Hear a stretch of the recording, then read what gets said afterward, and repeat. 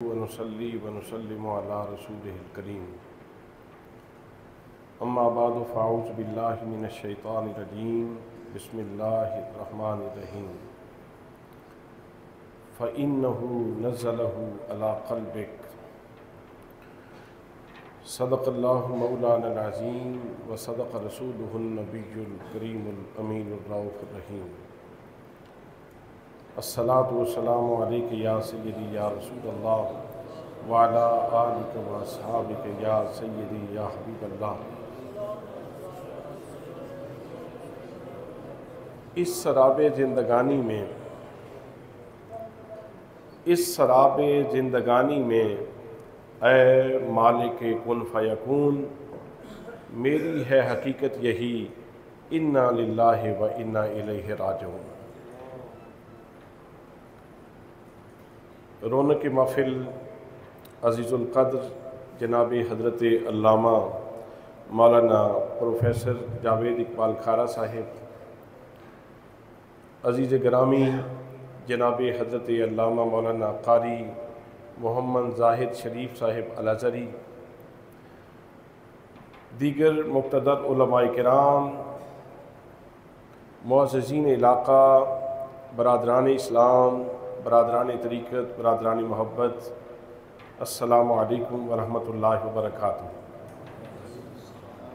آج کی یہ سوگوار محفل میاں جعفر اجاز اور میاں کاشف اجاز کے والد گرامی جناب میاں اجاز احمد صاحب مرحوم و مغفور، ان کی روح کو ایصال ثواب کرنے کے لیے انعقاد پذیر ہے۔ اس محفل کا عنوان کل شریف بھی ہے، اس کا عنوان قرآن خوانی بھی ہے، یہ صرف جز و کل کا فرق ہے۔ قرآن مقدس کہہ لیں کہ قرآن خوانی ہوگی، سبحان اللہ، اور اگر کل شریف کا نام لے لیں تو یہ بھی قرآن مقدس کا بہت بڑا جز ہے، تو یہ بھی درست ہے، اس میں بھی کوئی قباحت نہیں ہے۔ بنیادی طور پہ مقصود یہ ہے کہ ہم قرآن مقدس پڑھیں بھی، تلاوت کریں اور اس کا ثواب اپنے مرحوم کی روح کو پہنچائیں تاکہ ان کو قبر میں آسودگی اور راحت نصیب ہو۔ اور ساتھ ساتھ یہ ہے کہ ہم قرآنی اصول اور قرآنی ضوابط کو سمجھیں بھی اور ان سے اپنی زندگی کو، اپنی انفرادی زندگی کو بھی اور اپنی اجتماعی زندگی کو بھی منور کرنے کی کوشش کریں۔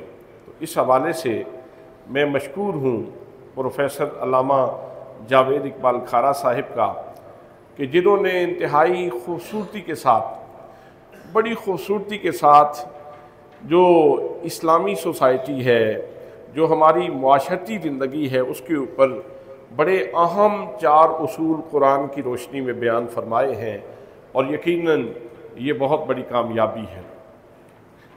یہ جو فرما رہے تھے کہ حضرت سیدنا صدیق اکبر کو یہ طعنہ دیا گیا کہ اب تو آپ کمزور ہو گئے نا، مالی طور پر کلمہ پڑھا ہے تو کمزور ہو گئے ہو، اب تو خسارے میں ہو، تو انہوں نے جھوم کے کہا کہ کون کہتا ہے کہ کلمہ پڑھنے سے بندہ خسارے میں جاتا ہے؟ کلمہ پڑھنا ہی تو اصل نفع کا کام ہے۔ اللہ کا بندہ بن جانا اور رسول اکرم صلی اللہ تعالیٰ علیہ وسلم کا غلام بن جانا یہ چھوٹی بات نہیں ہے، یہ بہت بڑے اعزاز کی بات ہے۔ حضرات محترم حضرت سلمان فارسی سے کسی نے پوچھا تھا، حضرت سلمان فارسی ایران سے دھکے کھاتے، ٹھوکریں کھاتے کھاتے، کبھی ایک پادری کے پاس، کبھی دوسرے پوپ کے پاس، کبھی تیسرے وقت کے عالم کے پاس، جناب مجھے اصل سبق چاہیے، مجھے اصل لیسن چاہیے، میں اصل چیز کی تلاش میں ہوں۔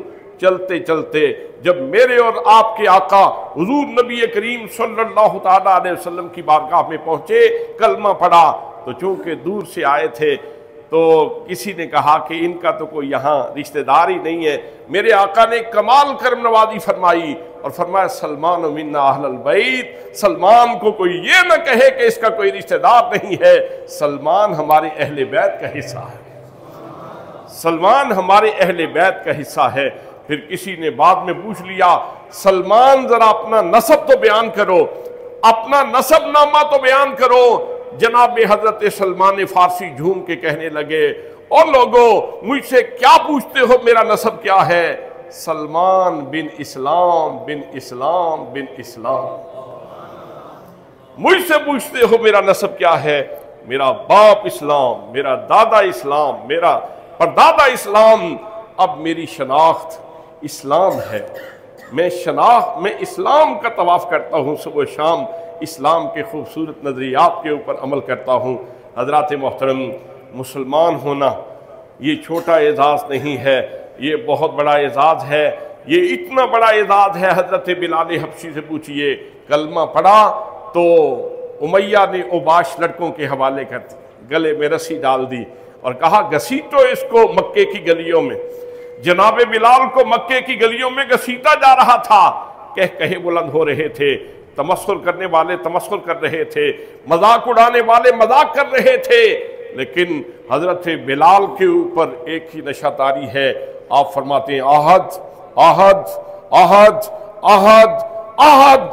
یہ اتنا بڑا چیلنج کا لفظ تھا جو حضرت بلال کی زبان سے نکل رہا تھا۔ اصل میں آپ کہنا چاہتے تھے اور لات کے پجاریوں، منات کے پجاریوں، عزا کے پجاریوں، حبل کے پجاریوں، ود اور سوا کے پجاریوں، سورج اور چاند کے پجاریوں، یاد رکھو یہ سارے کے سارے جھوٹے خدا ہیں۔ اصل خدا تو وہ ہے جس کا تعارف محمد مصطفیٰ نے کروایا ہے۔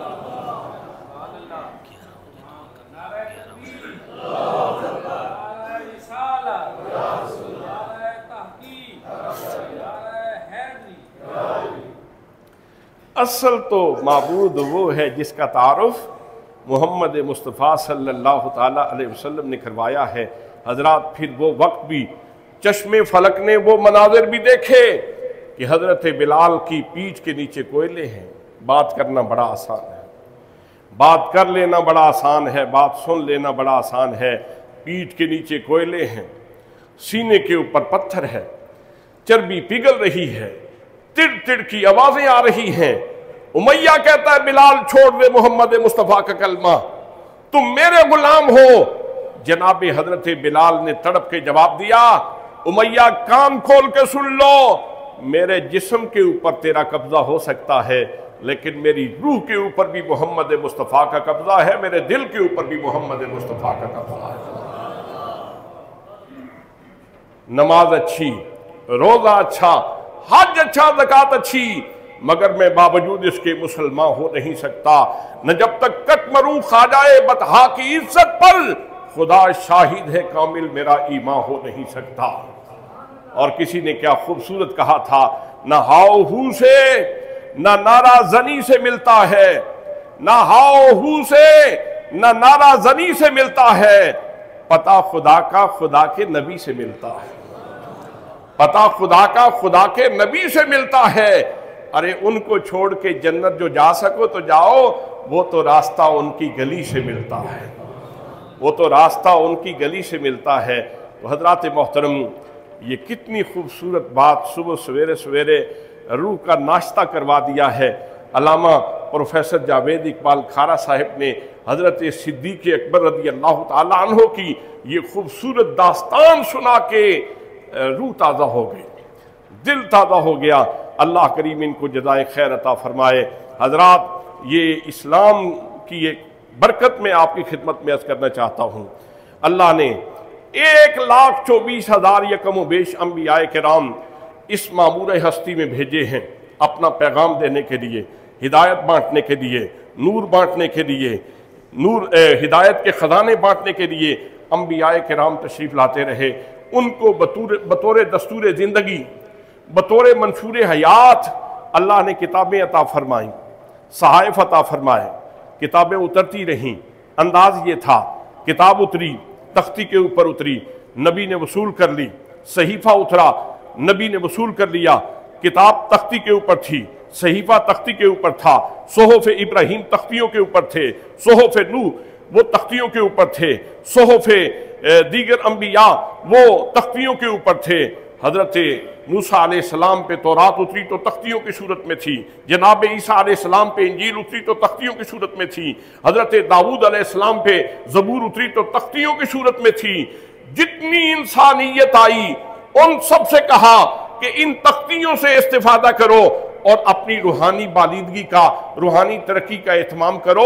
یہ اتنی بڑی تعداد کے لیے یہی ضابطہ رہا، یہی قانون رہا، لیکن جب امت مصطفیٰ کی باری آئی تو اللہ نے ضابطہ بدل دیا۔ سنیں گے تو جتنی ایمان کی حلاوت آپ کے اندر موجود ہے اتنا آپ کو لطف آئے گا۔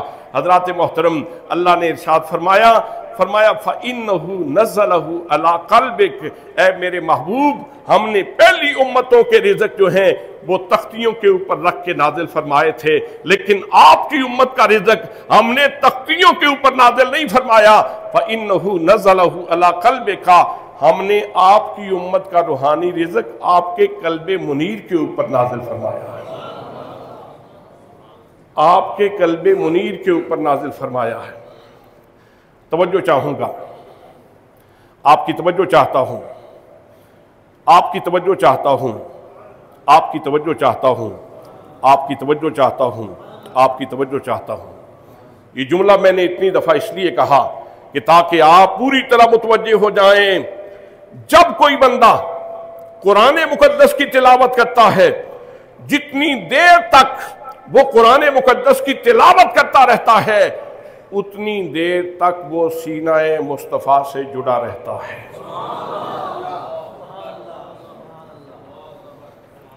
اس لیے بہانے ڈھونڈو قرآن کی تلاوت کے، بہانے ڈھونڈا کرو قرآن کی تلاوت کے، اسباب تلاش کیا کرو قرآن کی تلاوت کے، کسی بہانے یہ پاک کتاب کھولنے کا موقع مل جائے، اس کی تلاوت کا شرف نصیب ہو جائے، اس کے پڑھنے کی سعادت نصیب ہو جائے۔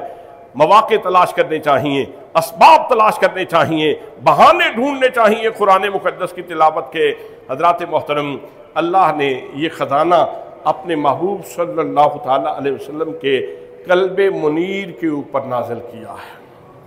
یہ حکایت نہیں، یہ روایت نہیں، یہ قصہ نہیں، یہ کہانی نہیں، یہ کسی کی خود ساختہ بات نہیں، یہ کسی کے ذہن کی تراشیدہ کہانی نہیں، یہ خدا کا قرآن ہے، یہ خدا کا قرآن ہے۔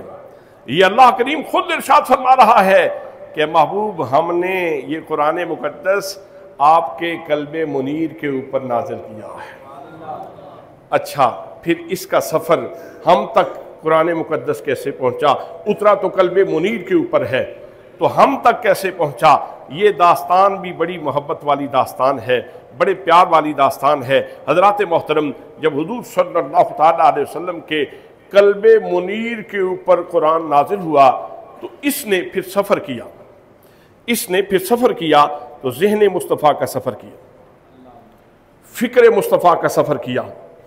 بھائی جن کے قدموں کے بوسے لینا ہر چیز کی سعادت ہے، جن کے قدموں سے لگنے والی مٹی کعبے سے افضل ہے، جن کے قدموں سے لگنے والی مٹی کعبے سے افضل ہے، یہ قرآن اللہ نے پھر ان کے ذہن سے گزارا، ان کی فکر سے گزارا، پھر اس نے سفر کیا، پھر اس قرآن نے زبان مصطفیٰ کے بوسے لیے، زبان مصطفیٰ کے بوسے لیے، پھر اس قرآن نے لب مصطفیٰ کے بوسے لیے، لب مصطفیٰ صلی اللہ تعالیٰ علیہ وسلم کو لگ کر پھر میرے آقا نے جب تلاوت فرمائی تو حضرت صدیق اکبر نے اپنی سماعتوں کا دامن پیش کر دیا، حضرت خدیجۃ الکبریٰ نے اپنی سماعت کا دامن پیش کر دیا، حضرت علی المرتضیٰ شیر خدا نے اپنی سماعت کا دامن پیش کر دیا، حضرت زید بن حارثہ نے اپنی سماعت کا دامن پیش کر دیا۔ میرے آقا کریم صلی اللہ تعالیٰ علیہ وسلم نے جب پہل تلاوت فرمانا شروع کی تو ایمان کی طرف دعوت دینا شروع کی، اسلام کی طرف دعوت دینا شروع کی۔ یہ وہ 4 نفوس قدسیہ تھے، یہ وہ 4 ہستیاں تھیں جن کے سینے سب سے پہلے منور ہوئے، اور پھر باقی صحابہ کرام، اہل بیت اطہار، باقی جتنے نفوس قدسیہ ہیں، صحابہ کرام ہیں، اہل بیت اطہار ہیں، پھر ان کو یہ شرف نصیب ہوا۔ تو حضرات محترم، اس کا مطلب یہ ہوا کہ جب ہم قرآن مقدس کی تلاوت کرتے ہیں، جب ہم قرآن مقدس کی تلاوت کرتے ہیں تو ایک تو سب سے پہلا شرف اللہ کے کلام سے ہمارا تعلق جڑتا ہے، اللہ کے کلام سے، بے نیاز کے کلام سے ہمارا تعلق جڑتا ہے سب سے پہلے۔ پھر ہمارا تعلق جڑتا ہے سینہ مصطفیٰ سے، سبحان اللہ، سینہ مصطفیٰ سے۔ پھر ہمارا تعلق جڑتا ہے ذہن مصطفیٰ سے، فکر مصطفیٰ سے۔ پھر ہمارا تعلق جڑتا ہے زبان مصطفیٰ سے۔ پھر ہمارا تعلق جڑتا ہے لب مصطفیٰ سے، اور پھر ہمیں قرآن مقدس کا یہ نور نصیب ہوتا ہے۔ اور پھر وہاں سے صحابہ کرام سے، تابعین، تبع تابعین، سلف صالحین سے یہ نور کا چشمہ چلتا رہا، اور پھر آج ہمارے پاس یہ عظیم سعادت پہنچی ہے۔ تو قرآن مقدس کی تلاوت کرنا یہ کتنے شرف ہمیں عطا فرماتا ہے۔ حضرات ایک بات اور بھی عرض کروں، ہم میں سے کتنے لوگ ایسے ہیں جن کی یہ خواہش ہوتی ہے، اللہ کریم کرم فرمائے نا، اللہ نے موقع دیا نا، تو میں حجر اسود کے بوسے جی بھر کے لوں گا، ہے نا خواہش؟ اللہ نے موقع دیا حج یا عمرے کا، تو میں حجر اسود کو جی بھر کے چوموں گا۔ حجر اسود کو چومنا بہت بڑی سعادت ہے۔ نبی کریم صلی اللہ تعالیٰ علیہ وسلم کا فرمان ہے، فرمایا قیامت والے دن جس بندے نے حجر اسود کا بوسہ لیا، یا جس بندے نے حجر اسود کو استلام کیا دور سے ہاتھ کھڑے کر کے، جو چوم نہیں سکتے، جب طواف کرتے ہوئے حجر اسود کے سامنے آتے ہیں تو دونوں ہاتھ اٹھا کے محبت میں ڈوب کے کہتے ہیں بسم اللہ، اللہ اکبر، اللہ اکبر۔ حضرات محترم، جس نے استلام بھی کر لیا حجر اسود کا، قیامت والے دن حجر اسود سارے چومنے والوں کی اور استلام کرنے والوں کی شفاعت کرے گا۔ یہ ہیں اس کریم کے کرم کے بہانے، اللہ کے کرم کے بہانے ہیں، بخشنے کے بہانے ہیں جو اللہ نے ہمارے لیے قائم فرمائے ہیں۔ حضرات، جناب سیدنا فاروق اعظم رضی اللہ تعالیٰ عنہ، آپ جب حجر اسود کو چومنے لگے تو بڑی لطیف بات ہے، آپ حجر اسود کو کہنے لگے حجر اسود تیری عظمتیں بجا، تیری رفعتیں بجا، تجھے اللہ نے بڑا شرف دیا ہے، میں مانتا ہوں تو بڑی عزت والا پتھر ہے، لیکن میں تجھے فقط اس لیے چوم رہا ہوں کہ تجھے میرے مصطفیٰ نے چوما ہے، میں تجھے اس لیے چوم رہا ہوں کہ تجھے میرے محبوب نے چوما ہے، صلی اللہ علیہ وآلہ وسلم، صلی اللہ علیہ وآلہ وسلم، صلی اللہ علیہ وآلہ وسلم۔ حجر اسود میں تجھے اس لیے چوم رہا ہوں کہ تجھے میرے مصطفیٰ نے چوما ہے۔ حضرات محترم، یہیں پہ میں یہ بات آپ کے ایمان کی حلاوت کے لیے عرض کرنا چاہتا ہوں، بڑی صدر ہے، بڑی خواہش ہے، بڑی آرزو ہے، بڑی جستجو ہے، بڑی تلاش ہے، دعا کرتا ہوں، مناجات کرتا ہوں، یا اللہ مجھے حرم کی زیارت نصیب فرما، میں تیرا گھر اس کی زیارت کروں، اس کا طواف کروں اور حجر اسود کے بوسے لوں، حجر اسود کے بوسے لوں۔ ایک بڑا آسان اللہ نے آسان راستہ ہم سب کے لیے کھول دیا ہے۔ جتنے قرآن کے حروف ہیں اللہ کا کلام، اس کی دو حیثیتیں ہیں، کلام نفسی وہ غیر مخلوق ہے، کلام لفظی مخلوق ہے۔ تو عرض کرنا چاہوں گا کہ یہ جتنے بھی حروف ہیں یہ سارے کے سارے میرے آقا کی زبان سے نکلے ہیں، حضور کے لبوں سے لگ کے آئے ہیں۔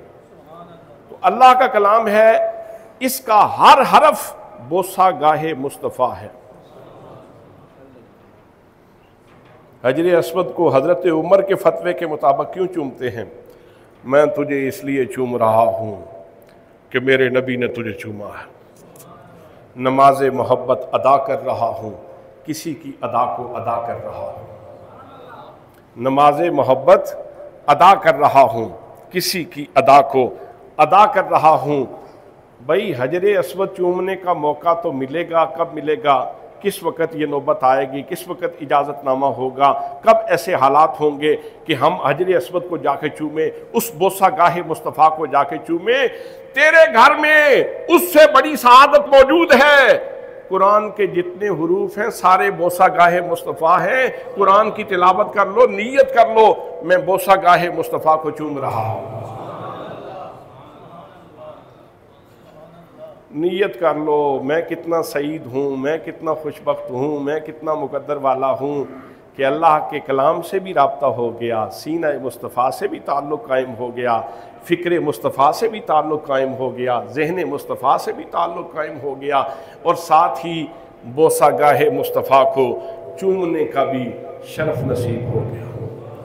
اور گھر میں بیٹھے بیٹھے اس کے لیے کوئی تگو دو نہیں کرنا پڑتی, اس کے لیے کوئی محنت نہیں کرنا پڑتی, اس کے لیے کوئی دوڑ دھوپ نہیں کرنا پڑتی, اس کے لیے کوئی سٹرگل نہیں کرنا پڑتی, اس کے لیے کوئی زیادہ پیسے نہیں لگانے پڑتے. گھر بیٹھے بیٹھے عید ہو گئی. لیکن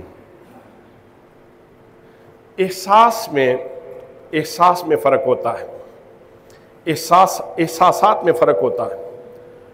کوئی بندہ پھولوں کی پوری سیج کے اوپر سے بھی گزر جاتا ہے تو اس کو خوشبو محسوس نہیں ہوتی, لیکن کچھ ایسے نفیس اور لطیف مزاج لوگ ہوتے ہیں کہ جو ایک پتی کے اوپر ہی وجد میں آنا شروع ہو جاتے ہیں, میرے مالک اس پھول کی پتی میں تو نے رنگ کیسے ڈالا, تو نے خوشبو کیسے ڈالی. ہو گیا جی, ٹھیک ہے. میرے مالک تو نے اس میں خوشبو کیسے ڈالی اور اس میں تو نے رنگ کیسے ڈالا. تو حضرات محترم, ہم وہ خوش نصیب ہیں کہ ہم بہانے ڈھونڈتے ہیں قرآن پاک کی تلاوت کے, اور یہ بھی ایک بہانہ تھا. قرآن خوانی کے نام سے ہم کہتے ہیں آؤ بیٹھیں گے, قرآن پاک کی تلاوت کریں گے, اور پھر اللہ کے حضور عرض کریں گے جو کچھ پڑھا ہے اس کے اوپر جو تو نے اپنے کرم سے, ہم سب سے پہلے یہ دعا مانگتے ہیں یا اللہ جو پڑھا ہے اس کو اپنی بارگاہ میں قبول فرما. میرے مرشد گرامی نباز عصر ضیاء الامت حضرت جسس پیر محمد کرم شاہ الازہری رحمۃ اللہ تعالیٰ علیہ فرماتے تھے, بیٹا زندگی میں کوئی اچھا کام ہو جائے تو اس کے اوپر کبھی متکبر نہ ہونا, اس کے اوپر کبھی تکبر نہ کرنا. وہ مالک بے نیاز ہے, اچھا کام ہو جائے تو پھر رو کے اس کی بارگاہ میں عرض کرو کہ مالک قبول فرما لے. اگر قبول فرما لے تو پھر مٹی بھی سونا ہو جاتی ہے, اور اگر قبول نہ فرمائے تو بے نیاز ہے. حضرات محترم, تو ہم دعا کرتے ہیں کہ یا اللہ قبول فرما, اور اس کے بعد وہ ثواب اپنے مرحوم کو پہنچاتے ہیں. ہماری دعا ہے کہ اللہ کریم میاں اعجاز احمد صاحب مرحوم مغفور کے درجات بلند فرمائے. میں نے آپ کے 10 منٹ زائد لیے ہیں, وہ اصل میں وجہ یہ تھی کہ مجھے انتظامیہ نے کہا تھا کہ ہمارے اشارے تک آپ نے گفتگو جاری رکھنی ہے, تو میں یہ 10 منٹ جو آپ کے اوپر لیے ہیں میں اس کے اوپر آپ سے معافی چاہتا ہوں, معذرت خواہ ہوں. اللہ کریم ہم سب کو عمل کی توفیق نصیب فرمائے. جناب ختم شریف پڑھیں, دعا کرتے ہیں.